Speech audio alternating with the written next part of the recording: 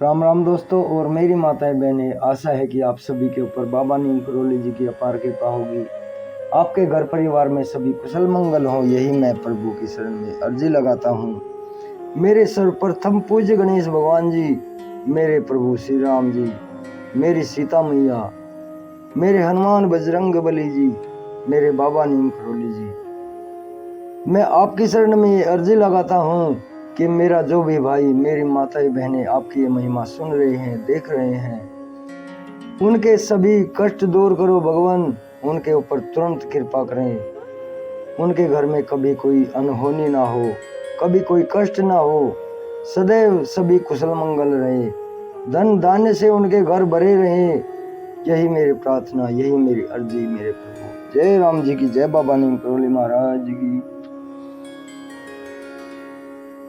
दोस्तों और मेरी माताएं बहनें, बाबा नीम करोली जी की अपार महिमाएं, अपार लीलाएं हैं।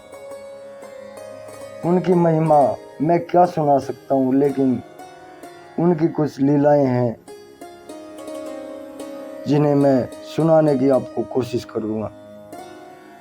बाबा जी के दरबार में एक वृद्ध आदमी आता है, फटे टूटे कपड़े, और बाबा जी की तरफ देखने लगता है, निहारता है। तो बाबा जी कहते हैं, वहाँ क्यों खड़ा है, अंदर आ, और अपने पास बैठाते हैं। तो बाबा जी क्या क्या करिश्मा करते हैं, जो वो वृद्ध अगले दिन आकर कहता है, ए बाबा तू तो भगवान है। बाबा जी ने उसे ऐसा क्या दे दिया जो वो वृद्ध बाबा जी को भगवान बताने लगा।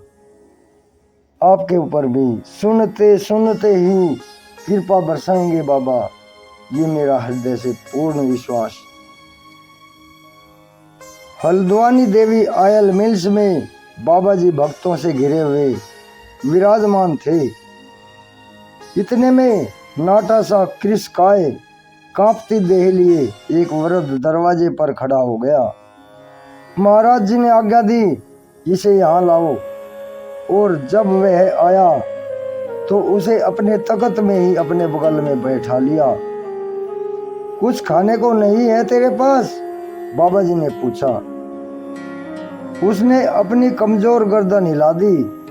बाबा जी ने उससे फिर पूछा, कहाँ है तेरा लोटा, ला दे। वृद्ध ने अपनी बगल से एक छोटा सा पीतल का लोटा निकाल कर दिखाया। महाराज जी ने उस लोटे को अपनी हथेली से उसका मुंह ढकते हुए ले लिया और पुनः वैसे ही उस वृद्ध को देते हुए कहा, इसे ऐसे ही ले जा, दिखाना मत किसी को, घर जाकर देखना। और फिर कान में कुछ कहा भी। वह वृद्ध आदेशानुसार लोटे का मुंह ढक कर ले गया। 3 दिन बाद जब वह वृद्ध पुनः आया, महाराज जी को ढूंढते ढूंढते एक अन्य भक्त के घर। अब की बार कुछ चमक थी उसके चेहरे पर और पीठ भी कुछ सीधी थी। आते ही वह महाराज जी के चरणों में लिपट गया और गुणगान करने लगा साथ में, अरे बाबा तू तो भगवान है, तेरे चरणों में लक्ष्मी लौटती है। अरे बाबा तू तो भगवान है, तेरे चरणों में लक्ष्मी लौटती है। कई बार ऐसा कहते वह महाराज जी के चरणों को चाँपता रहा।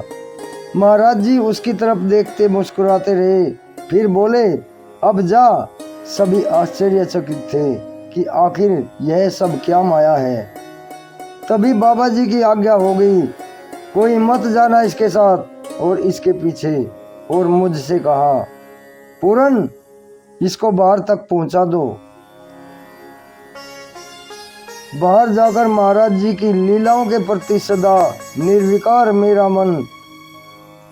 मन रहस्य को जानने को उत्सुक हो उठा। मैं बुड्ढे से पूछने लगा, क्या हुआ था उस रोज, मुझे भी बताओ। पहले तो वह झिझकता रहा, मुस्कुराता भी रहा और मौन होकर, पर जब मैंने उससे कहा कि हम तो खास आदमी है बाबा जी के, तभी तो उन्होंने मुझे ही भेजा है तुम्हारे साथ। तब उसने लीला का राज बताया। घर जाकर जब हमने लोटे के भीतर देखा तो उसमें 10 रुपए का नोट था। तब चौथे पांचवें दशक में 10 रुपए बहुत हुआ करते थे। मैंने जी भरकर खर्च किया, खूब खाया पिया और रुपये खत्म कर दिए। पर जब दूसरे दिन लोटा उठाया तो उसमें फिर 10 रुपए का नोट मिल गया और कल भी मिला है। बाबा जी ने कहा कि जब तुझे जरूरत होगी लोटे से ले लेना। पूर्ण चंद्र जोशी। बाबा जी ने उसके कान में कहा था, जब तुझे पैसे की जरूरत होगी लोटे से ले लेना। तो 10 रुपए रोज मिल जाते थे।